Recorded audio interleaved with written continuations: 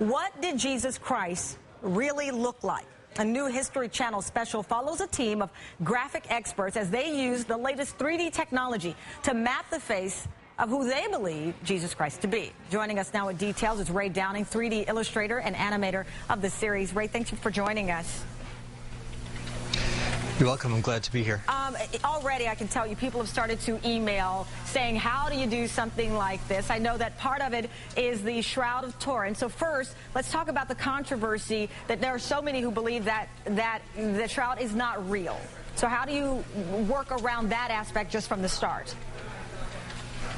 Well, the problem with the authenticity of the Shroud was compounded when they did a radio carbon-14 dating of it, which gave a date much too young to have been Jesus Christ.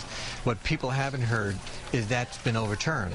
That point of fact is a document which shows a picture of the Shroud having been painted 68 years earlier than the furthest back date that the carbon-14 dating indicated. So we can now say safely that the carbon-14 dating is wrong. Ray, that's something that people need to understand. The test should be thrown out. And let me ask you, I mean, your wildest dreams as a 3D illustrator and animator, did you ever believe that there would be technology that would put you on a national stage creating the face of Christ? Yeah. No, the only thing we did that came close is we did Abraham Lincoln, which is a completely different level of I'd say that's popularity. A little different. Yeah, it's a little bit different there. But tell me more about this technology.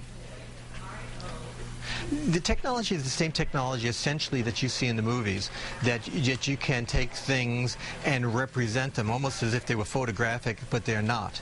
And in this particular case, we're not coming out of our imaginations. We have an artifact which gives us certain information about what Jesus looked like. We take that and we compound it into a better representation of what the real person actually looked like. What is your best hope that people will get out of this series? I mean, I have to tell you, I'm really excited to see this. What is your best hope will come from this?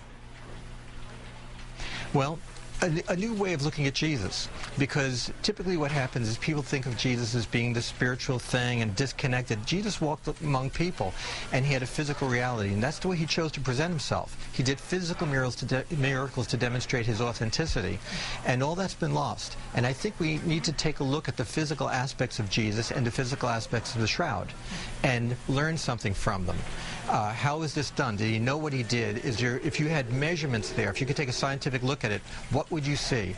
And that's what we're engaged in, and this is the first step in that journey. All right, thank you very much, Ray Downing. I'll be watching, as many others will be as well. Thank you very much for sharing the story. Thanks. Thank you for having me. And let me